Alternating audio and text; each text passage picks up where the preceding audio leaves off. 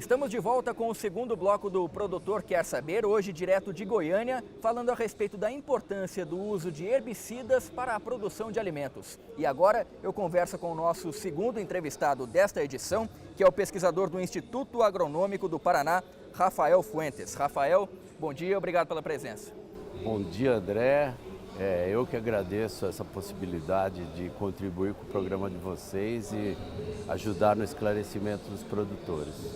Vamos explicar para quem está em casa o que é o herbicida, para que ele serve e como é que ele age.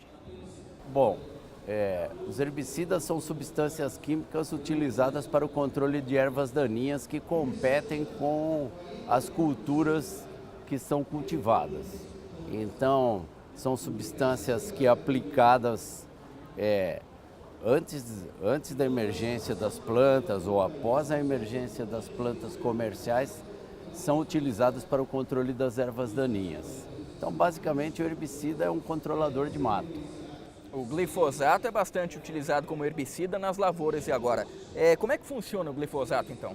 O glifosato é muito utilizado no sistema de plantio direto porque ele tem uma ação de controle das ervas daninhas que estão vivas. Ele é denominado normalmente de dessecante exatamente porque ele é aplicado sobre as ervas daninhas vivas, já emergidas, e em contato com essas ervas daninhas ele tem condição de controlá-las pelo processo de dessecação. Ok, agora no plantio direto, por exemplo, seria possível manter a produtividade que o Brasil registra hoje sem o uso do glifosato, sem o uso dos demais herbicidas? Olha, André, é bastante difícil na agricultura moderna que nós vivemos hoje em dia de imaginar nossa agricultura sem o uso do glifosato, principalmente do plantio direto. O sistema de plantio direto é um sistema que veio revolucionar a agricultura brasileira desde os anos 70. Por quê? Porque antes disso, para você explorar as culturas comerciais, você precisava preparar o solo. Era feito um processo de aração ou de gradagem, processos de revolvimento de solo para poder implantar as culturas.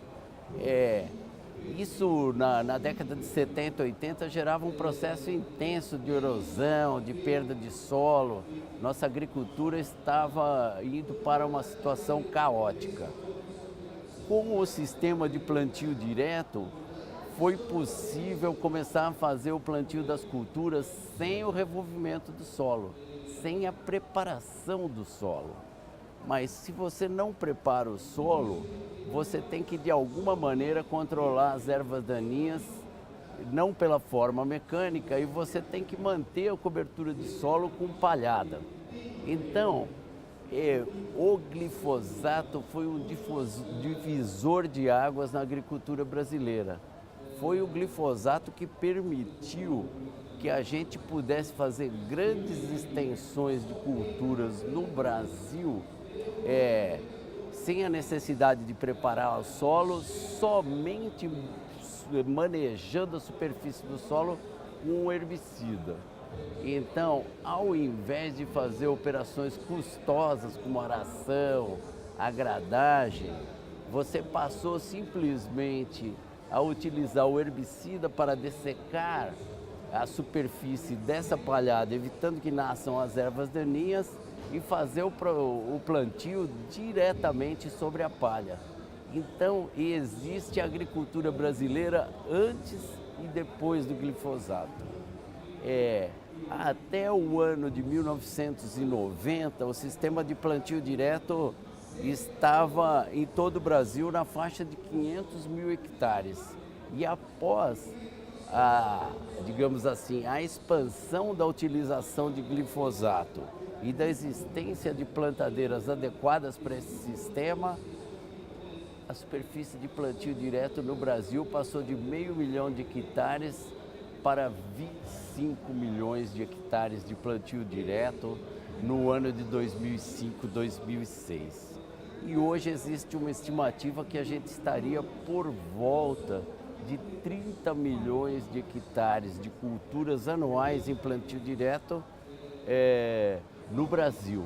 E no mundo são cerca de 150 milhões de hectares, que é aproximadamente 10% da área cultivada no mundo. Sem a existência do glifosato, não seria possível fazer nem 10% disso. Então, existe os herbicidas e o glifosato especificamente são parceiros insubstituíveis na atualidade para a gente manter o nosso nível de produção. É impossível pensar o Brasil produzindo mais de 200 milhões de toneladas de grãos sem a existência do glifosato. O que a gente pode caracterizar como má utilização do glifosato? Olha, André, após a criação de organismos geneticamente modificados, aí popularmente conhecidos como transgênicos, a utilização do glifosato era simples. Antes de você plantar, você desseca os teus restos culturais ou aquelas plantas vivas que estão lá sobre o terreno. Eu vou plantar minha soja. Então pego um lote, existe um resto de palhada de braquiário, existe um resto de palhada de milho safrinha, ou existe um milheto. Para plantar, a gente fazia o quê? Desseca essas ervas daninhas ou o resto de culturas que estejam lá e planta diretamente. O glifosato era usado exatamente nesse momento do pré-plantio e ele tinha uma utilização naquele momento sem representar uma ameaça pela sua utilização constante. Após a criação das soja transgênicas e de outras culturas transgênicas, o que aconteceu? Você tem uma cultura que é resistente à aplicação de glifosato. Então, você pode usar o glifosato durante o ciclo da cultura, com a tua cultura comercial viva lá no campo, tua soja, teu milho ou outra cultura, você pode passar o glifosato praticamente em cima da tua cultura comercial. Tecnicamente existe um período correto para você fazer isso, do início do ciclo da planta. Você não pode ficar passando glifosato toda hora, ou desde o começo até o fim do ciclo da cultura. O que acontece? As plantas são organismos vivos, as ervas daninhas são organismos vivos. Se você começa a usar uma substância química que é matadora desses organismos e tua cultura comercial é resistente e você fica usando essa substância o tempo inteiro, a natureza é sábia. Ela vai gerar organismos resistentes àquele tipo de agressão. Então, o que aconteceu? Os agricultores se acomodaram, não seguiram as recomendações técnicas e os períodos corretos de utilização do glifosato e começaram a estimular a ocorrência de ervas daninhas resistentes. A abuva, o capim amargoso. O que acontece? Hoje em dia, no Brasil, existem cerca de 5 a 6 ervas daninhas que são resistentes ao glifosato. Na Argentina já tem 8. Na Austrália já tem 17. A má utilização do glifosato e a não presença, digamos assim, de uma forma de utilização correta acaba queimando as duas tecnologias. A tecnologia do glifosato como dessecante e a tecnologia do organismo transgênico como organismo resistente ao glifosato. Então, má utilização é isso, é a utilização do glifosato fora do período adequado e de forma excessiva.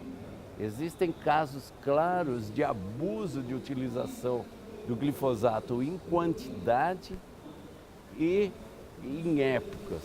Então, estamos frente a um paradoxo, porque a criação de inovações e de organismos transgênicos foi bastante rápida nos últimos anos, mas nós estamos queimando tecnologias transgênicas de 3 em 3 anos, de 4 em 4 anos. Então nós estamos chegando a um esgotamento. A capacidade de inovação de empresas que geram organismos geneticamente modificados, você criou uma planta com um evento transgênico esse ano, daqui 3, 4 anos, isso já queimou.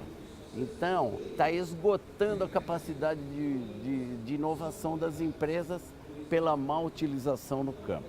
Ok, esse foi o pesquisador do Instituto Agronômico do Paraná, Rafael Fontes.